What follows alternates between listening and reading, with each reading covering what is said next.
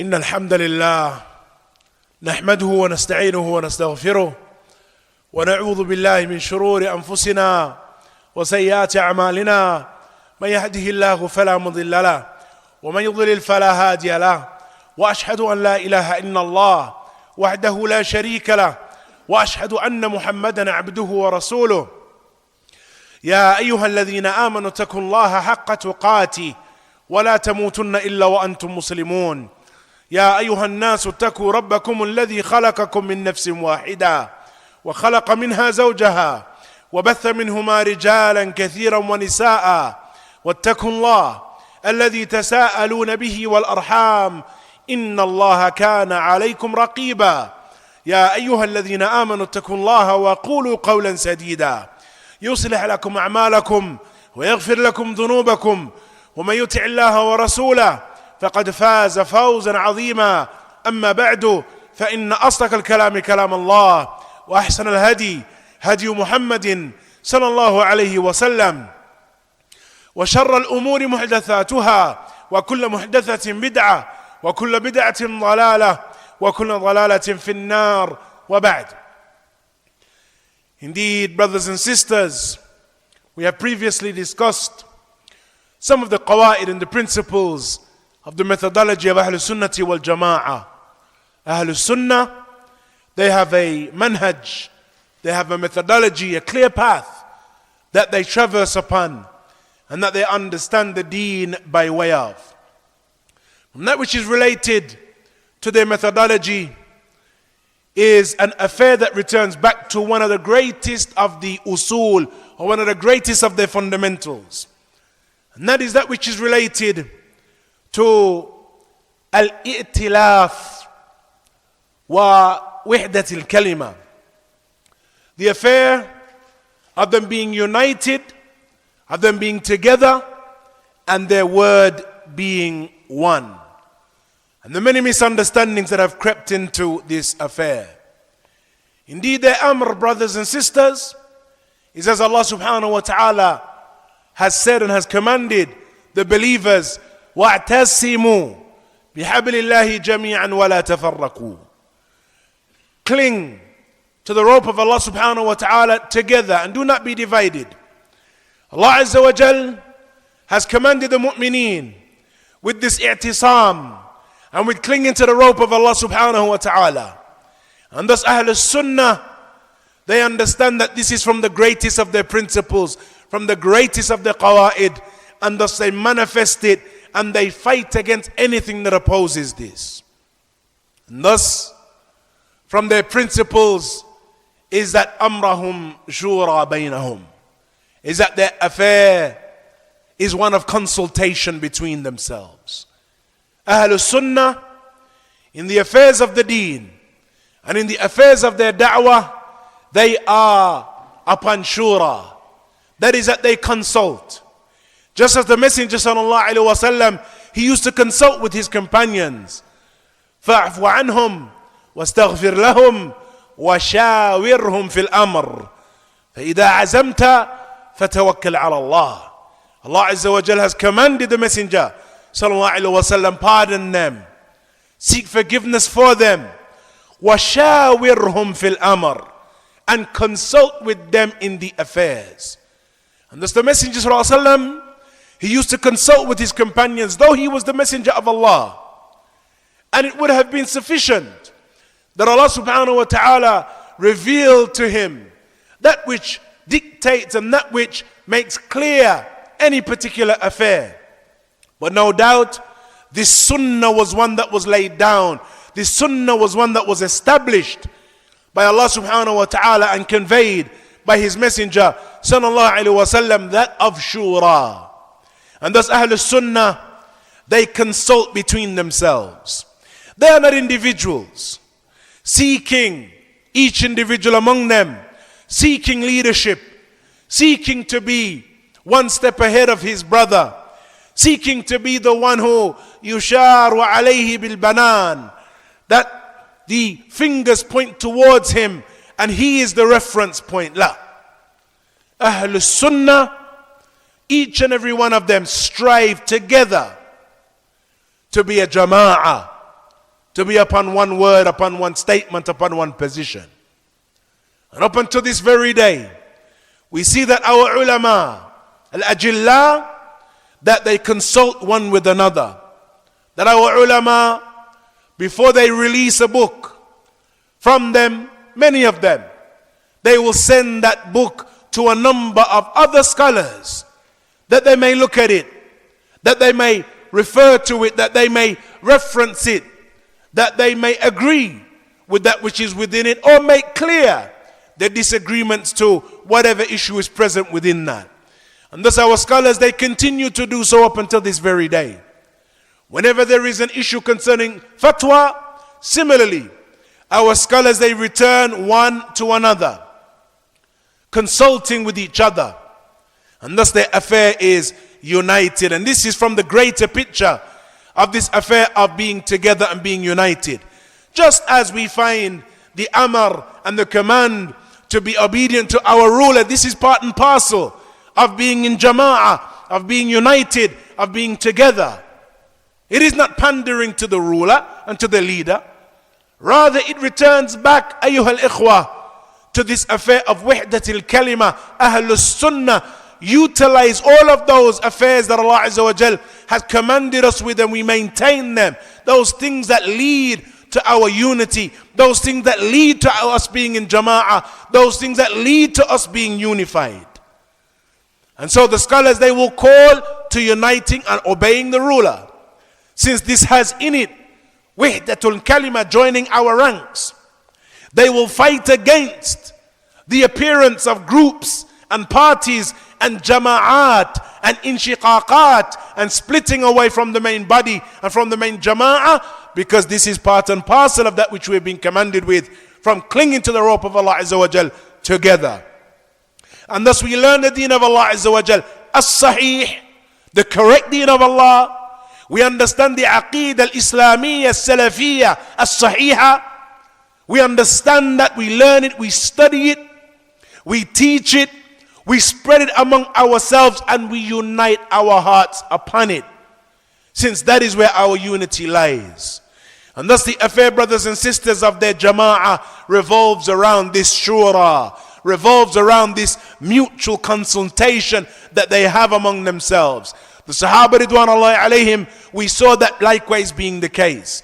When Abu Bakr as-Siddiq radiyallahu anhu, he decided that the Quran, upon all of its parchments and upon all of its pieces of its scrolls and the various forms of writing and the various forms of recording that it was upon, he commanded that it be gathered. But he consulted first and foremost with his companions. He consulted with Umar radiallahu anhu, and they spoke to Ubay ibn Ka'ab, and they spoke to Zayd and others from among the companions ridwanullahi alayhim, and consulted and came to a unified position, a unified qawl.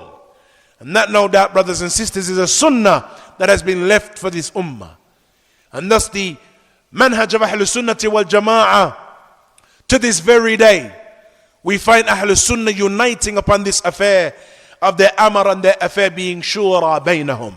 They consult, they return one to another, and they seek advice from each other. Similarly, from the principles related to the methodology of Ahlus Sunnah is that which is related, ayyuhal ikhwa, to them being concerned with the ummah and with the umur al-muslimin. And they understand what true concern with the ummah is, because this is something that we find many people utilize and misunderstand.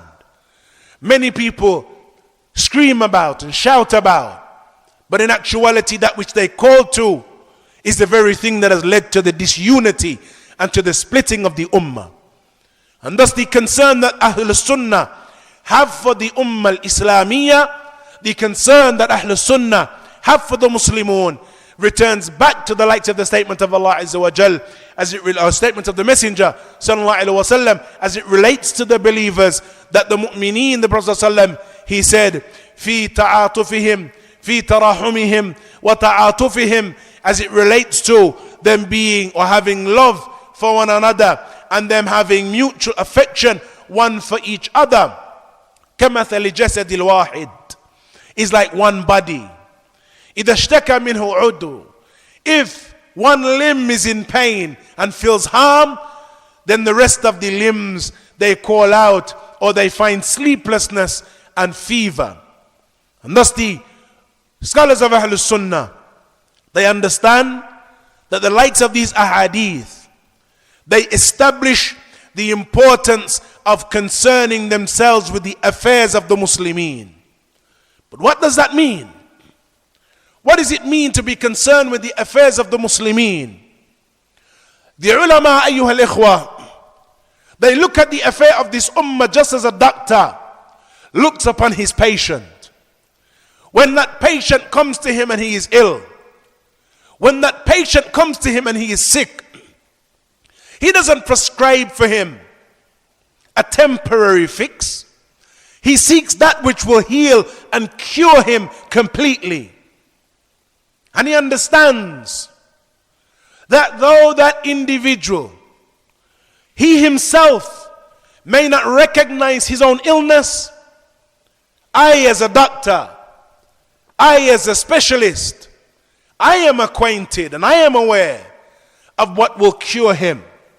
And though he may suggest to me that I would like such and such medication, and I would like such and such a cure, and such a prescription, the doctor may prescribe otherwise, because he knows what will truly cure that sick individual.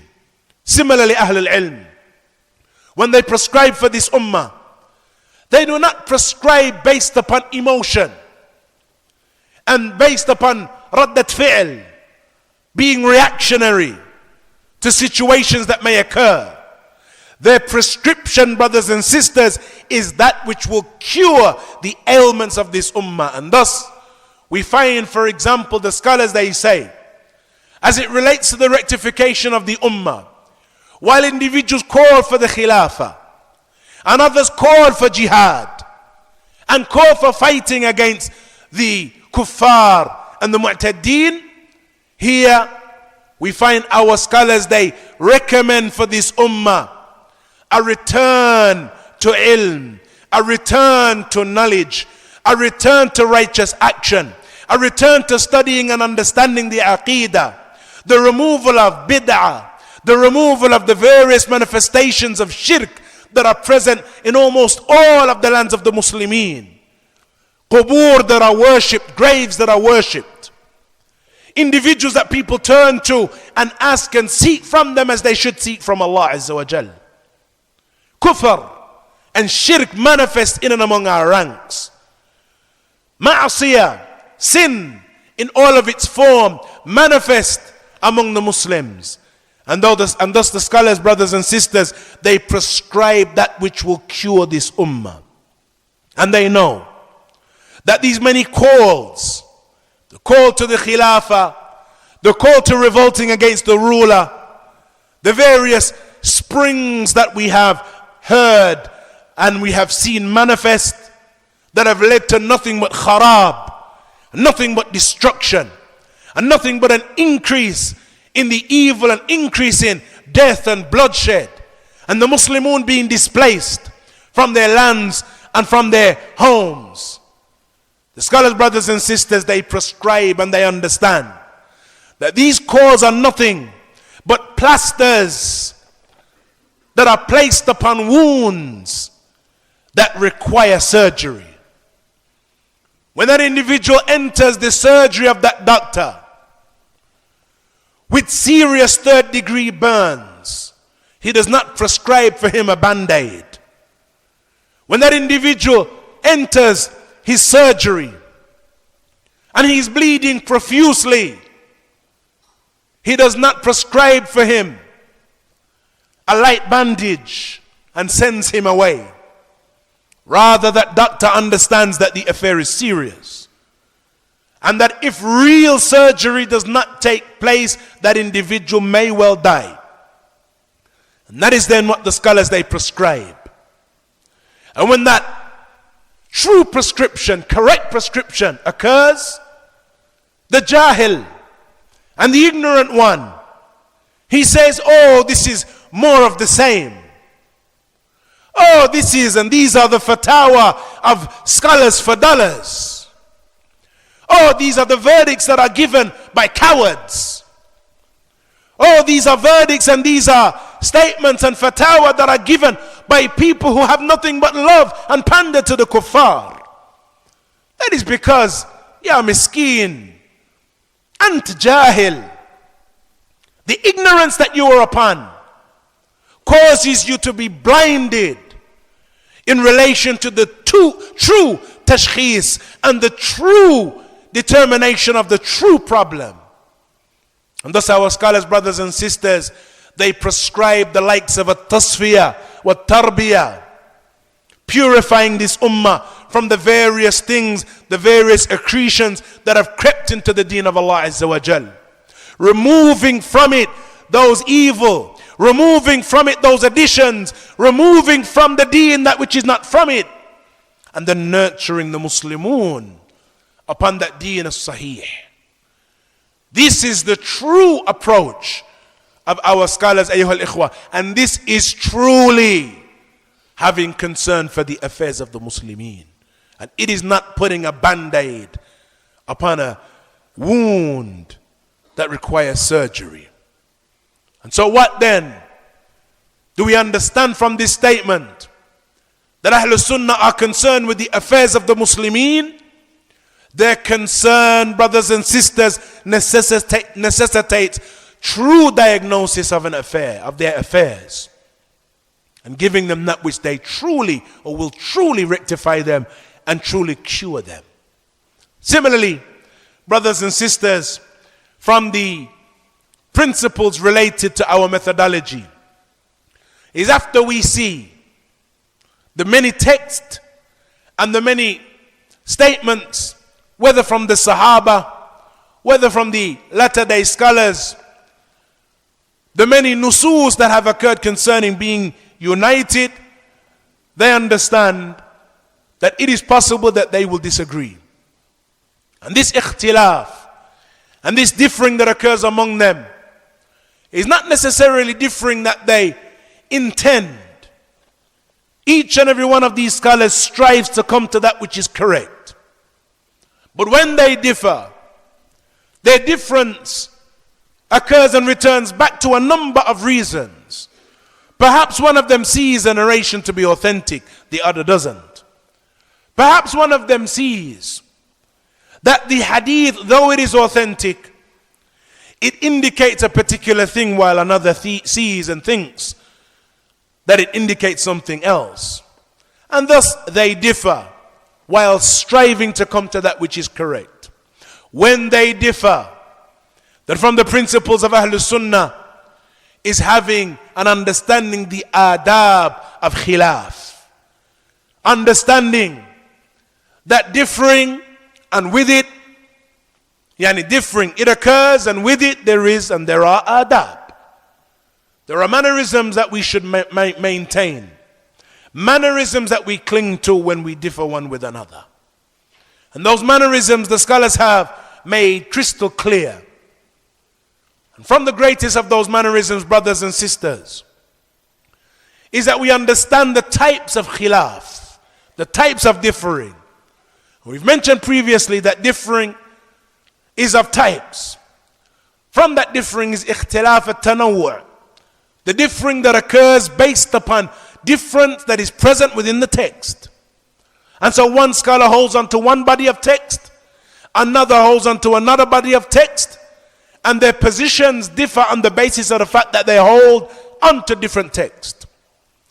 While another type of differing, which is a blameworthy type of differing, is ikhtilaf at-tadad, which is the differing that occurs when we differ around a text that is the same. One of us is correct and one of us is clearly incorrect.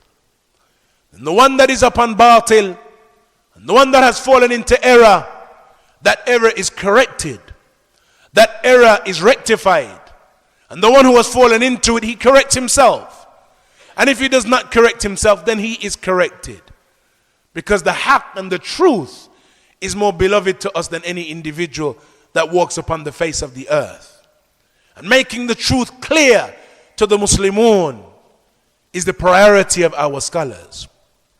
And so though they may differ, they maintain the adab of khilaf. And if they do not see eye to eye, then they manifest that affair of ennobling and showing honor and respect to the one that they differ with.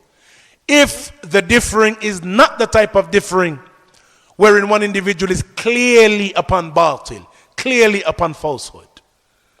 Al-Imam al-Dhahabi rahimahullah ta'ala, he makes mention of a difference of opinion that occurred between Imam al-Shafi'i and one of the contemporary scholars that were present at his time. And that contemporary scholar, Al-Imam al-Dhahabi, he mentions, praised Imam al-Shafi'i for his manner in dealing with that differing. And he mentions, ما رأيت أعقل من الشافعي. He said, I didn't see anyone more intelligent and astute than Al-Imam al-Shafi'i. He said, after we differed and after our opinions, we split in terms of what we saw concerning a particular affair, he said, لقيني فأخذ بيدي ثم قال يا أبا موسى ألا يستقيم أن نكون إخوانا وإن لم نتفق في مسألة. He held my hand, he saw me and he took me by the hand and he said, "O Abu Musa, isn't it befitting that we remain brothers even though we do not agree upon the issue?" And that, brothers and sisters, is the position of Ahlul Sunnah as it relates to the khilaf and that differing that may possibly be allowable on the basis and the premise of ambiguity that is present in the issue. The issue is not clear. And so we have mutual respect one for another when we differ. But if that differing, brothers and sisters, sees that one of us is upon clear batil, one of us is upon falsehood, then the one that is upon falsehood is advised. If he remains upon that falsehood after the evidence has been made clear to him, then our scholars, they have a very different position. And our scholars take the position of looking at the bigger picture. And the bigger picture, brothers and sisters, is that the ummah are clear concerning this affair, particularly if it is an affair related back to the usul and the fundamentals of the religion. And so they establish that great wajib and that most important affair of al-rad al-mukhalif. That is that they refute the one that holds a position that opposes the deen of Allah Azza wa Jal. And sometimes, brothers and sisters, that refutation may have to occur even with one that is beloved, even with one that is dear to us or was once dear to us. When he remains upon falsehood, even in one issue. And this is an affair, brothers and sisters, that many misunderstand. That falsehood, brothers and sisters, and innovation, it occurs, brothers and sisters, not only in a large number of affairs. Only then we refer to a person as a person of innovation. La.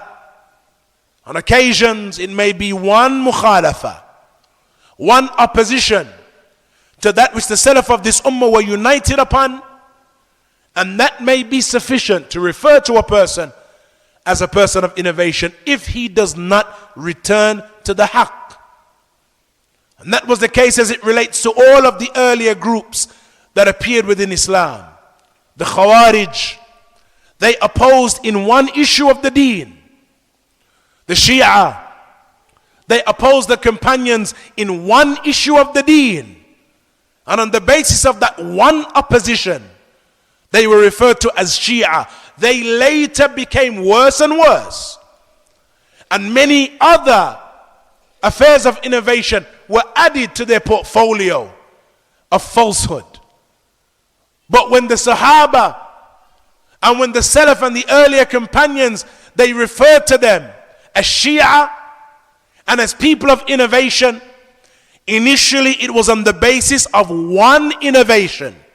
In everything else in the religion, they were the same. They were upon that which the companions were upon. But they opposed in one affair. The Qadariyya, the same. The Mu'tazila, the same. That initially there was one affair that they opposed the usul and the fundamentals of the religion, and on its basis, the Salaf of this ummah and the earlier scholars, they refer to that person and to that group as an innovated group from the innovated groups within Islam, or outside of Islam, as the case may well be. And so, brothers and sisters, these affairs must be understood. It is essential that we understand them, that no individual now comes and pulls the wool over our eyes. Alhamdulillah, our affair is clear. Our methodology is one that is wadih. And it is one, brothers and sisters, that as the Messenger ﷺ, he described it, is bayda, white and pure. Layluha kanahariha. Its night is like its day, and no one deviates away from it illa halik, other than one that is destroyed. Alhamdulillahi Rabbil Alam.